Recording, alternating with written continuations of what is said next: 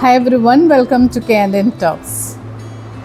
ഈ ജീവിതത്തിൽ എന്താണ് ചെയ്യേണ്ടത്, അല്ലെങ്കിൽ what to do with the life എന്നൊരു ക്വസ്റ്റ്യൻ മനസ്സിലുണ്ടെങ്കിൽ ഒരു കാര്യം പറഞ്ഞോട്ടെ. നമ്മുടെ കുടുംബത്തിൽ ജീവിച്ചിരുന്ന ആൻസിസ്റ്റേഴ്സ് അല്ലെങ്കിൽ പൂർവികരെ അവർ എത്രത്തോളം നമ്മുടെ ലൈഫിനെ ഇൻഫ്ലുവൻസ് ചെയ്തിട്ടുണ്ടെന്ന് ഓർത്ത് നോക്കുക. ജനറേഷൻ ടു ജനറേഷൻ ഈ പൂർവികരെ കുറിച്ചുള്ള അവർ ചെയ്ത നല്ല കാര്യങ്ങളെക്കുറിച്ചും അവർ ചെയ്തു വെച്ചിട്ടുള്ള ബെസ്റ്റ് വർക്ക്സിനെ കുറിച്ചുമൊക്കെ തലമുറകൾക്ക് ശേഷം തലമുറകൾ കൈമാറി വന്ന് കേട്ടിട്ടുള്ള കാര്യങ്ങളാണ് നമ്മൾ ഇൻഫ്ലുവൻസ് ചെയ്തിട്ടുള്ളത്. അവരെന്തൊക്കെയോ നല്ല കാര്യങ്ങൾ ചെയ്തു വെച്ചതുകൊണ്ടാണ് ഇന്നും അവരെക്കുറിച്ച് നമ്മൾ പറയുന്നതും അവർ ചെയ്തു വെച്ചേക്കുന്ന കാര്യങ്ങൾ പോലെ ചെയ്യാനായിട്ടുള്ള ഒരു തോന്നൽ നമുക്കുള്ളതും അതുകൊണ്ട് തന്നെയാണ്.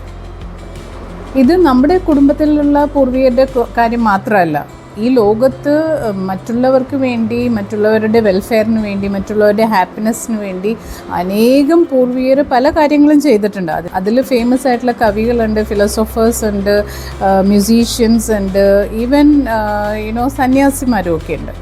അപ്പോൾ ഇവരൊക്കെ അവരുടെ ജീവിത രീതി വഴിയും പിന്നെ അവർ ചെയ്തു വെച്ചേക്കുന്ന വർക്ക്സ്, മ്യൂസീഷ്യൻസ് ആണെങ്കിൽ അവരുടെ ഫാസിനേറ്റിംഗ് മ്യൂസിക്സ്, കവികളുടെ മഹത്തരമായിട്ടുള്ള കവിതകൾ, ഫിലോസോഫേഴ്സിൻ്റെ ഇമ്പോർട്ടൻ്റ് ആയിട്ടുള്ള ഐഡിയൽസും കോട്ട്സും പല വഴിയിലാണ് ഇവരുടെയൊക്കെ കയ്യൊപ്പ് പതിപ്പിച്ച് അവർ ഈ ലോകം വിട്ടു പോയിട്ടുള്ളത്.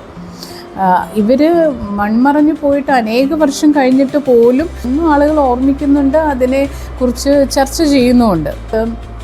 എന്തുകൊണ്ടാണ് ലോകത്ത് ഇത്രയധികം പ്രോഗ്രസ്സും ഡെവലപ്മെൻറ്റും ഒക്കെ നടക്കുന്നത് എന്ന് ചോദിച്ചാൽ, മനുഷ്യന് അറിയാം ഇന്നല്ലെങ്കിൽ നാളെ ഈ ലോകം വിട്ടു പോകേണ്ടവരാണ് നമ്മളെന്ന്. അതുകൊണ്ട് തന്നെ മൺമറഞ്ഞു പോകുന്നതിന് മുന്നേ നമ്മുടേതായിട്ടുള്ള ഒരു കയ്യൊപ്പ് പതിച്ചിട്ട് വേണം ഈ ലോകത്തു നിന്ന് പോകാൻ എന്നുള്ള ഒരു ആഗ്രഹം എല്ലാ മനുഷ്യരുടെ ഉള്ളിലുണ്ട്. ഇനി മറുവശം ഒന്ന് ചിന്തിച്ചു നോക്കൂ. മനുഷ്യന് മരണമില്ല എന്നുള്ള ഒരു അറിവ് മനുഷ്യനുണ്ടെങ്കിൽ അവരെല്ലാ കാര്യങ്ങളും വളരെ സ്ലോ ആയിട്ടായിരിക്കും ചെയ്യാൻ പോകുന്നത്. ഇൻസെൻറ്റീവ്സിൽ അട്രാക്റ്റഡ് ആകുമോ അല്ലെങ്കിൽ എന്തെങ്കിലും ഇനിഷ്യേറ്റീവ് പെട്ടെന്ന് തന്നെ ചെയ്യണം എന്നുള്ള ഒരു ആഗ്രഹമൊന്നും അങ്ങനെയുള്ള മനുഷ്യർക്ക് ഉണ്ടാവില്ല. മരണമില്ല എന്നുള്ളത് അറിയാവുന്നത് കൊണ്ട് തന്നെ, എൻ്റെ ജീവിതം എൻഡ്ലെസ് ആണെന്ന് അറിയുന്നത് കൊണ്ട് തന്നെ എല്ലാ കാര്യങ്ങളും പിന്നത്തേക്ക് മാറ്റിവെക്കാനുള്ള ഒരു പ്രവണത മനുഷ്യരിലുണ്ടാവും. അപ്പോൾ ഈ പ്രോഗ്രസ് ആൻഡ് ഡെവലപ്മെൻറ്റ് ഇന്നത്തെ പോലത്തെ ഒരു ത്വരിതഗതിയിലൊന്നും ഈസി ആയിട്ടൊന്നും നടക്കണമെന്ന് ഉണ്ടാവില്ല.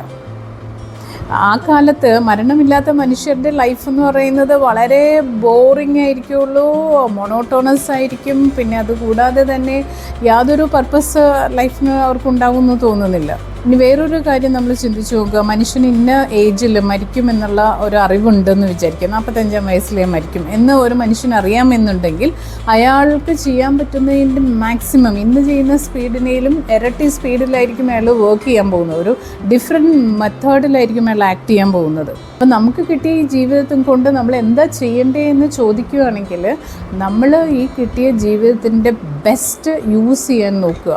ഇവിടെയുള്ള റിസോഴ്സസ് നേരായ രീതിയിൽ പ്രാക്ടിക്കലായിട്ട് എങ്ങനെ നമുക്ക് ബെസ്റ്റ് നമ്മുടെ ലൈഫും ഇവിടുത്തെ റിസോഴ്സസും യൂസ് ചെയ്യാൻ പറ്റും, ആ രീതിയിൽ സന്തോഷിച്ച് ജീവിക്കുക.